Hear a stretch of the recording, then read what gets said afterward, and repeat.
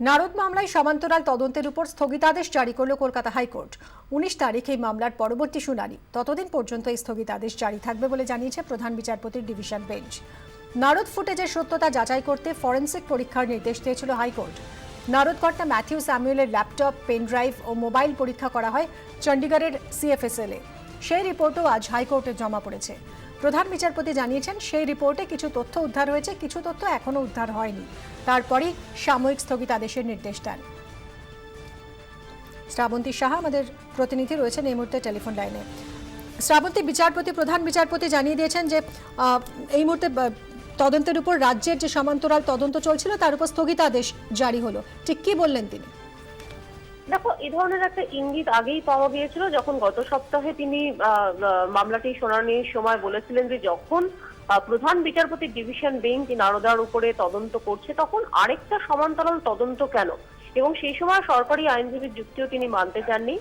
আজও সেই একই জায়গায় অনড় ছিলেন প্রধান বিচারপতি। প্রথমত আজকের চণ্ডীগড়ের কেন্দ্রীয় ফরেন্সিক যে ল্যাবে যে ম্যাথিউ স্যামুয়েলের যে বিভিন্ন যন্ত্রপাতি, সেখানে ক্যামেরা, সেখানে মোবাইল, ল্যাপটপ এবং পেনড্রাইভ, সেগুলি জমা পড়ার যে রিপোর্ট ছিল সেই রিপোর্ট হাতে এসেছে, এবং তারপর সেই রিপোর্ট হাতে পাওয়ার পর তিনি বলেছিলেন যে এটা প্রকাশ্যে আনা যাবে না, তবে আইনজীবীরা তারা যখন নিজেরা আবেদন করবেন তারা এই জিনিসগুলি পাবেন।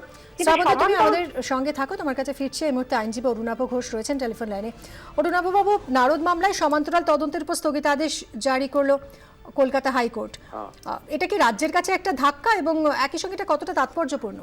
আমি রাজ্যের ব্যাপারটা বলিনি চিফ জাস্টিসকে। ওরা চেঁচামেচি করছিল, কল্যাণ বন্দ্যোপাধ্যায়, বিকাশ ভট্টাচার্য।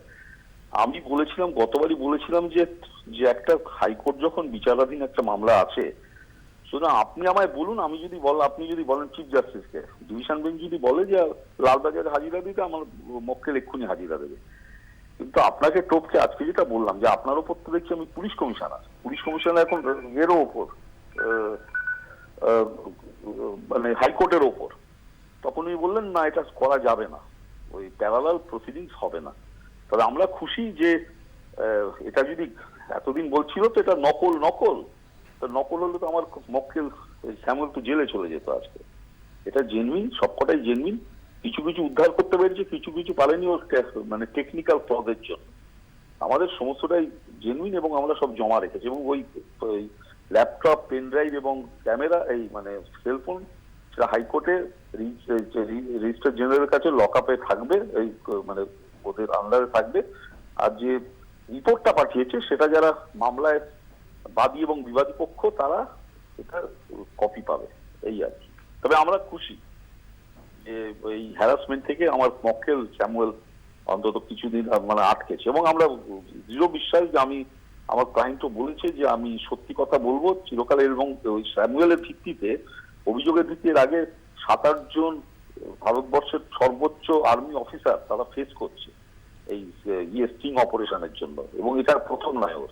এর আগে তেলকা করেছেন, এবং এটাও ওই আর্মি এবং নেভি, এই এয়ারফোর্সের কেচ্ছা ধরেছেন, এবং এটাও তিনি কেচ্ছা ধরেছেন। এটা প্রফেশন, এইটুকু বলতে পারি, আমি কালোবিদ্য বলছি না।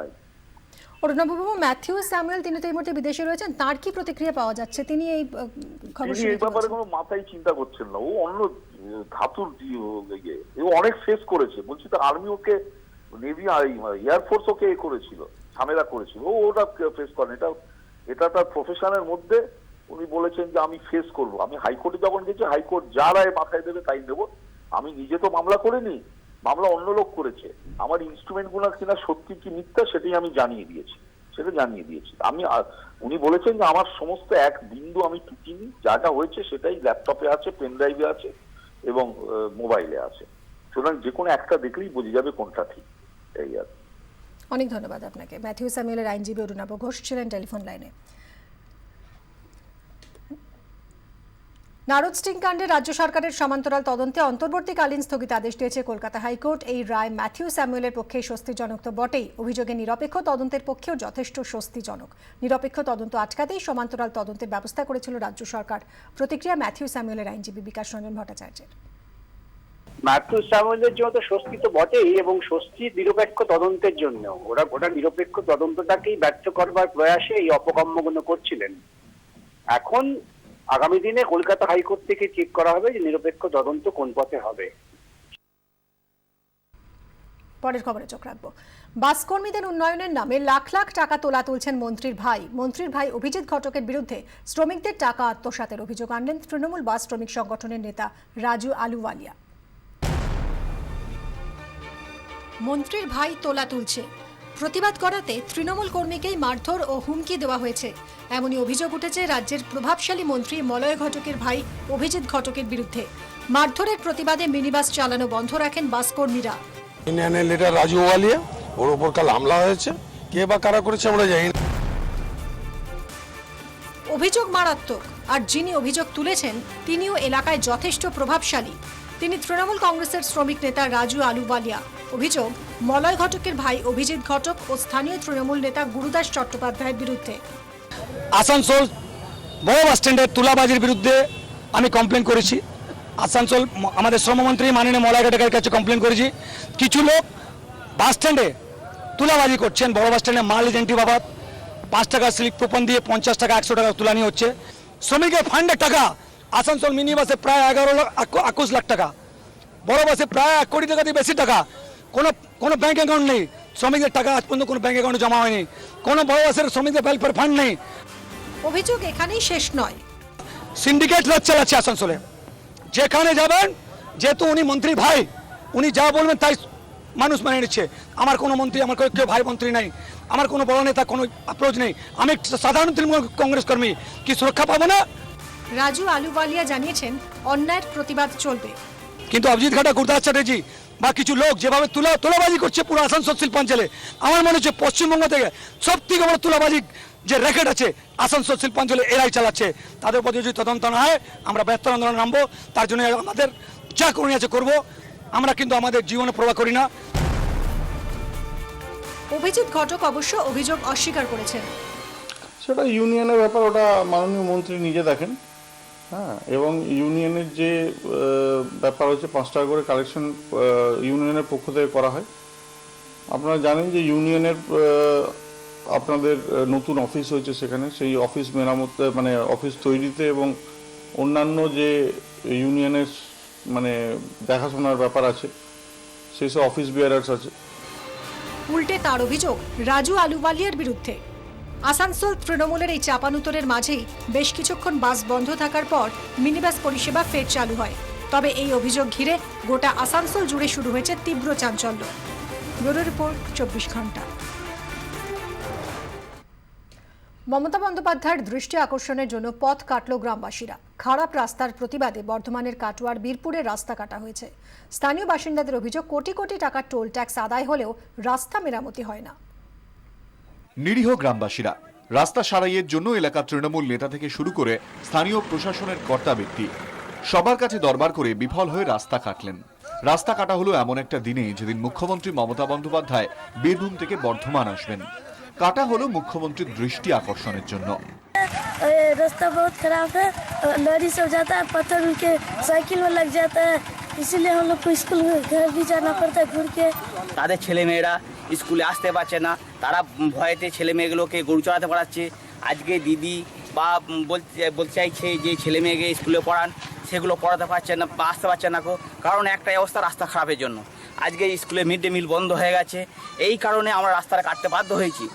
কাটোয়া ও বীরপুরের এই লিংক রোডের অবস্থা বীরপুরের কাছে এতটাই খারাপ যে এই পথ দিয়ে স্কুলে যেতে ভয় পাচ্ছে পড়ুয়ারা। আদতে রাস্তা নেই, তবে কোনো কালে রাস্তা ছিল সেটা বোঝা যায় রাস্তার টোল ট্যাক্স আদায় দেখে। হ্যাঁ, রাস্তা দিয়ে গ্রামের মানুষ গাড়ি চালানো দূরের কথা, হাঁটাচলা করতে না পারলেও শয়ে শয়ে ট্রাক চলে এই পথে। এলাকায় একটা টোল বসে, টোল থেকে আপনার আগে 1.5 বছর চলছে টোলটা। আপনার এখানে 1,11,00,000 টাকা আগের বছর টেন্ডার ছিল, আবার এই বছর হয়েছে 1,28,00,000 টাকা। এখানে একটা লরি পিছু 60 টাকা নেয়, 80 টাকা নেয়। প্রত্যেকদিন মোটামুটি 3 থেকে 3,500 লরি এই রাস্তায় যাতায়াত করে, অথচ গ্রামের মানুষ চলে যেতে পারে না। সাইকেল যাওয়া বন্ধ হয়ে গেছে, মোটর সাইকেল নিয়ে যাওয়া বন্ধ হয়ে গেছে। এখানে স্কুলের ছেলেমেয়েরা যে স্কুল যায়, প্রত্যেকদিন মেয়েরা রাস্তায় এসে কাঁচার খেয়ে পড়ে যাচ্ছে, রাস্তায় কাদা মাখামাখি হয়ে তারা আবার বাড়ি ফিরে আসতে হচ্ছে। গ্রামবাসীদের আশা, মুখ্যমন্ত্রী জানতে পারলে নিশ্চয়ই রাস্তা তৈরি হবে, কারণ তৃণমূলের দ্বিতীয়বার সরকারে আসার পথ সুগম করেছিল এই রাস্তায়। ব্যুরো রিপোর্ট 24 ঘন্টা। জঙ্গি হানায় ফের রক্তাক্ত হলো অসম। কোকরাঝাড়ের জনবহুল বালাজান বাজারে আচমকা গ্রেনেড ছোঁড়ে জঙ্গিরা। গ্রেনেড বিস্ফোরণের পরেই শুরু হয় এলোপাথারি গুলি বৃষ্টি। এই ঘটনায় 14 জন সাধারণ মানুষের মৃত্যু হয়েছে, আহত হয়েছেন 20 জন। 1.5 ঘন্টা ধরে জঙ্গিদের সঙ্গে নিরাপত্তারক্ষীদের গুলির লড়াই চলে। নিহত হয় এক জঙ্গি। উদ্ধার হয়েছে একটি AK-47 রাইফেল। জঙ্গিরা সেনা পোশাকে অটোতে চড়ে এসেছিল। নিরাপত্তারক্ষীদের গুলিতে এক জঙ্গির মৃত্যু হলেও সেই দলে আরও 3-4 জন ছিল বলে মনে করছেন গোয়েন্দারা। কোকরাঝাড়ের পুলিশ সুপার জানিয়েছেন নিহত জঙ্গি NDFT সংবিজিত গোষ্ঠীর সদস্য। সিজার মন্ডল আমাদের প্রতিনিধি রয়েছেন এই মুহূর্তে টেলিফোন লাইনে। সিজার, আর কি জানা যাচ্ছে বিষয়? দেখো, যেটা জানা যাচ্ছে প্রত্যক্ষদর্শীদের বিবরণ অনুসারে চারজন যুবক সেই সময় অটোতে চড়ে আসে বেলা 12টা নাগাদ। তেনালি বালাজান যে বাজার, সেই বাজারে আজকে সাপ্তাহিক বাজার বসেছিল, অর্থাৎ হাট বসেছিল, সেই কারণে সেখানে যথেষ্ট ভিড় ছিল। সেই ভিড়ের মধ্যেই তারা নামে এবং যেহেতু তাদের পরনে বর্ষাতি বা রেনকোট ছিল, সেই কারণে প্রাথমিকভাবে বোঝা যায়নি যে তাদের সঙ্গে আগ্নেয়াস্ত্র রয়েছে। প্রথমে একটি দোকানে তারা গ্রেনেড ছোড়ে। গ্রেনেডের হামলায় যখন হতচকিত হয়ে মানুষ চারদিকে দৌড়দৌড়ি করছে, সেই সময় তারা এলোপাথারি গুলি চালায়। এই ঘটনায় এখন পর্যন্ত আইকে সংবিজিত অনুগামীর যে NDF সংবিজিত গোষ্ঠী, তাদের দিকেই সন্দেহ করা হচ্ছে। অসমের DGP মুকেশ সাহায় তিনি ঘটনাস্থলে খানিকক্ষণের মধ্যেই পৌঁছে যাবেন। ইতিমধ্যেই যেটা সীমান্তবর্তী এলাকাতে এবং ওই এলাকায় ন্যাশনাল হাইওয়ে বরাবর বেশ কিছু জায়গায় তল্লাশি শুরু হয়েছে, কারণ এখনো 3 জন জঙ্গি ওইখানে রয়েছে বলে নিরাপত্তা কর্মীরা মনে করছেন এবং থেমে থেমে বেশ কিছুক্ষণ আগ পর্যন্ত কিন্তু গুলির শব্দ শোনা গেছে। ধন্যবাদ সিজার। অসমে জঙ্গি হামলার ঘটনায় নড়ে চড়ে বসল কেন্দ্র। অসমের মুখ্যমন্ত্রীর সঙ্গে টেলিফোনে কথা বলেন প্রধানমন্ত্রী নরেন্দ্র মোদী। কথা বলেন কেন্দ্রীয় স্বরাষ্ট্রমন্ত্রী রাজনাথ সিংও। এই ঘটনার পর স্বরাষ্ট্র মন্ত্রকের শীর্ষ কর্তাদের সঙ্গে বৈঠক করেন রাজনাথ সিং। স্বরাষ্ট্র প্রতিমন্ত্রী কিরেন রিজিজু জানিয়েছেন পরিস্থিতি মোকাবিলায় সব রকম ব্যবস্থা নিচ্ছে কেন্দ্র।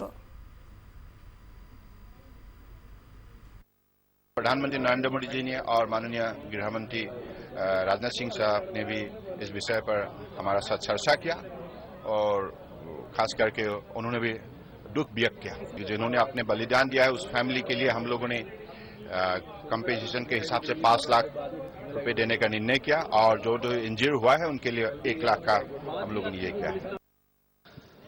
कोकराझार वैसे तो काफ़ी शांति हो गया था और पिछले 2 साल में कोकराझार और आसपास के इलाकों में सिक्योरिटी फोर्सेस ने राज्य सरकार और केंद्र सरकार मिला करके वो बोडोलैंड में काफ़ी शांति बहाल हो गया था। लेकिन ये अचानक जो आज घटना हुआ ये बहुत ही दुखद है और इतने लोगों को मारना ये बहुत गलत हुआ है। ये देखने में तो NDFBS का हाथ लग रहा है। तो कुछ AK-56 ग्रेनेड वगैरह भी पाए गए हैं और भी जो 3-4 लोग हैं उनके लिए हम उनको कोशिश कर रहे हैं पकड़ने की।